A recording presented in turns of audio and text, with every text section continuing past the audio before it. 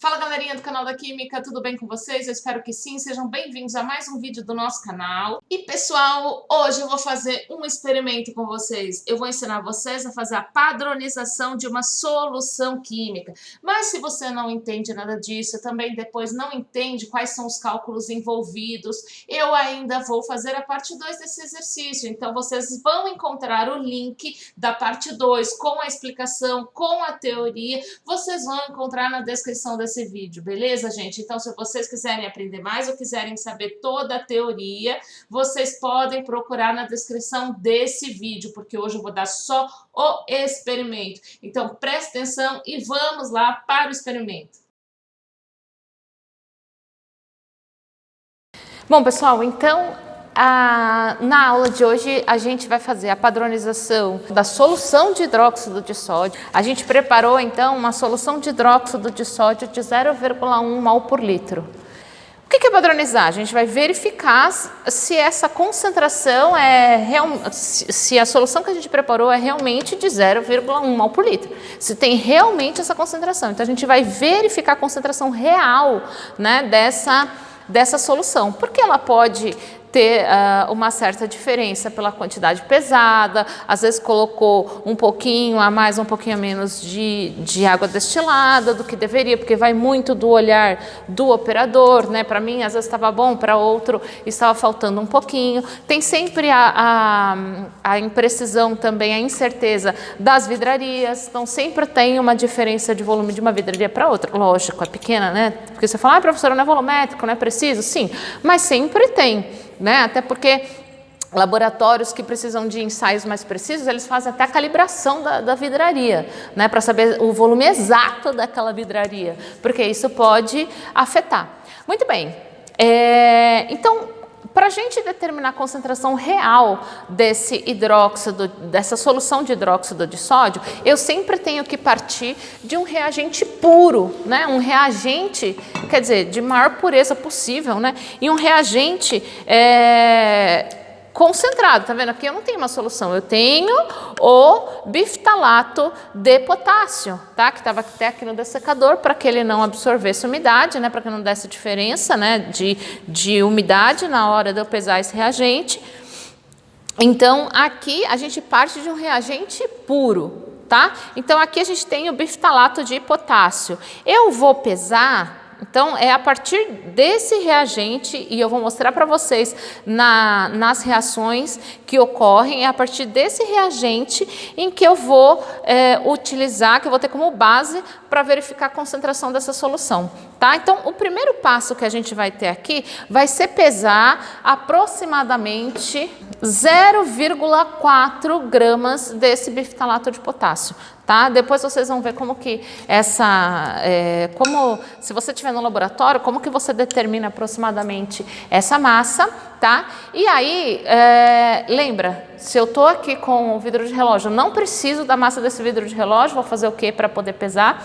Eu vou tarar, né? O que é tarar mesmo? É você ir lá, apertar a tara da balança para que ela zere. Muito bem, então agora eu vou pesar esse biftalato de potássio, tá? Então, vou pesar aproximadamente 0,4 gramas. Então, anotem aí, ó, deu 0,4124, tá? Anotem aí, 0,4124 gramas, né? Então, beleza. Coloquei aqui de volta o reagente. 0,4118, o que eu vou fazer com isso? Eu vou transferir essa massa, não, esse reagente, aqui para esse Erlenmeyer. Eu vou fazer isso aqui, ó, com o auxílio dessa piceta e sempre colocando o que? Água destilada, tá? Então, vou transferir todo esse reagente aqui para o Erlenmeyer. Já vou mostrar para vocês com calma que esse Erlenmeyer, tá? Cuidado porque não pode cair nada para fora, né? Porque senão, se tiver alguma perda de material, começa de novo, porque isso vai interferir totalmente no seu ensaio, tá? Então, tem que passar bastante água destilada para ter certeza que todo o biftalato foi transferido. Não tem problema de volume de água aqui, tá? Depois vocês vão entender. O que interessa é a massa do biftalato para a gente poder fazer a padronização. Aqui a gente está com menos de 50 ml, tá? Vocês podem colocar até 100 ml, vou até abrir aqui. Vocês podem colocar até 100 ml para ter certeza também que todo o biftalato vai solubilizar, tá? Então até uns 100 ml aqui vocês podem colocar. Não precisa ser exato, tá? Então veja só. Eu estou colocando aqui aproximadamente 100 ml e aí vocês vão homogeneizar, tá? O que é homogeneizar? Eu vou aqui, ó, fazer esse movimento para que todo o biftalato se solubilize nessa água destilada, nessa solução, tá? Então não pode ter nenhum pedacinho aqui de biftalato, nenhum sólido aqui sem se solubilizar. Tem que formar uma solução. Então, vou colocar aqui, ó, 5 gotas de fenolftaleína. Fenolftaleína é um indicador, tá? Então, depois, quando eu for explicar exatamente, fazer todos os cálculos desse ensaio, vocês vão saber aqui o porquê que a gente coloca esse indicador.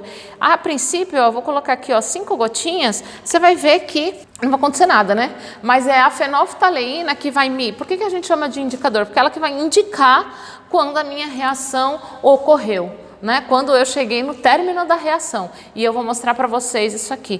Tá? É ela que vai ser a responsável por você conseguir visualizar a mudança de cor. Tá? Então, coloquei as 5 gotinhas de fenolftaleína. E aí, o que eu vou fazer? A solução que eu quero padronizar vai estar aqui na bureta. Tá? Então, aqui, ó, eu vou adicionar o hidróxido de sódio. Tá? Sempre colocando em outro recipiente, sempre verifico, ó, essa bureta aqui, ela tem toda uma graduação, ela tem uma torneirinha aqui, sempre verifica que ela está fechada, para estar fechada tem que estar dessa forma, porque já vi um monte de aluno tomar banho de solução aqui, porque deixa aberto e daí vai colocar a solução, imagina, cena de Chaves, né? Tudo caindo lá no avental, na calça, no tênis e assim vai. Bom, vou colocar até mais um pouquinho. Ah, professora, mas já não deu? Chegou até aqui, ó. Só que eu tenho que preencher essa parte de baixo. Porque senão, veja só, se eu começar a titulação ou a padronização dessa forma, o que vai acontecer? Ele primeiro preenche aqui para depois começar a cair na solução. Né? Então, sempre tem que estar preenchido. Verifique se não tem bolha de ar. Se tiver, você abre e fecha várias vezes, porque não pode ficar bolha de ar aqui. Tá? Então, ó, agora eu tenho que completar certinho lá para 0. Então, deixa sempre no 0. Ok, vamos começar aqui essa padronização. Então, coloquei. Como que eu faço? Então, aqui, ó, tá a solução de hidróxido de sódio que é o que eu vou padronizar, o que eu vou verificar realmente a concentração. Vou colocar, ó, o Erlenmeyer embaixo dessa bureta. Tá? O ideal que vocês façam é que vocês usem uma folha branca ou algo assim embaixo. Por quê? Porque vai haver uma mudança de cor. Então, se você tiver com algo branco embaixo, facilita você visualizar. Aqui vocês estão percebendo que tem um azul embaixo, né? Com esse azul, dificulta você enxergar uma mudança de cor. Já com o papel branco embaixo, facilita você visualizar a mudança de cor, a alteração de cor. Muito bem. Aí, o que você vai fazer? Para fazer uma padronização, você vai abrir a torneira, mas essa torneirinha você vai abrir para que caia de gota em gota. Tá? Não abra de uma vez, por quê? Porque a viragem ocorre, tá vendo? Está caindo de gota, eu sei que não vai acontecer a viragem por enquanto. O que é a viragem? É a mudança de cor. Eu vou deixar cair aqui, só para mostrar para vocês, ó, que está caindo de gota em gota, não tá? E vocês estão vendo que já está aparecendo uma coloração. Então, você não pode deixar assim. Você tem que estar sempre agitando, tá? E até essa gota em gota, que eu sei que não vai virar agora, eu sei mais ou menos o volume que vai acontecer, mas ela tá rápida demais. O ideal é que fique até um pouco menos, tá? Que goteje mesmo uma, depois outra. Para quê? Para dar tempo de você parar se realmente ocorrer uma viragem, tá? Então, vai fazendo isso de gotinha em gotinha.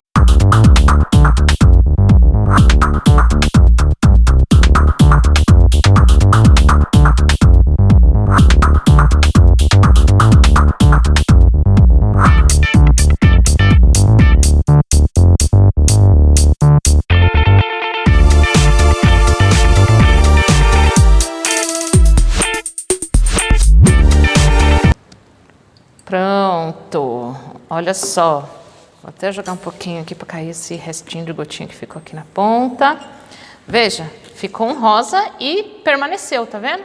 Então tem que ser esse rosinha aqui, ó, esse rosinha bebê, bonitinho, né? Eu vou medir aqui o volume e aí já vou falar para vocês, já vou mostrar o que seria o errado, tá bom? Então anotem o volume aí, 20 ml, tá? 20 ml. Então aqui a gente gastou 20 ml da solução de hidróxido de sódio para poder fazer essa padronização. O que é o errado?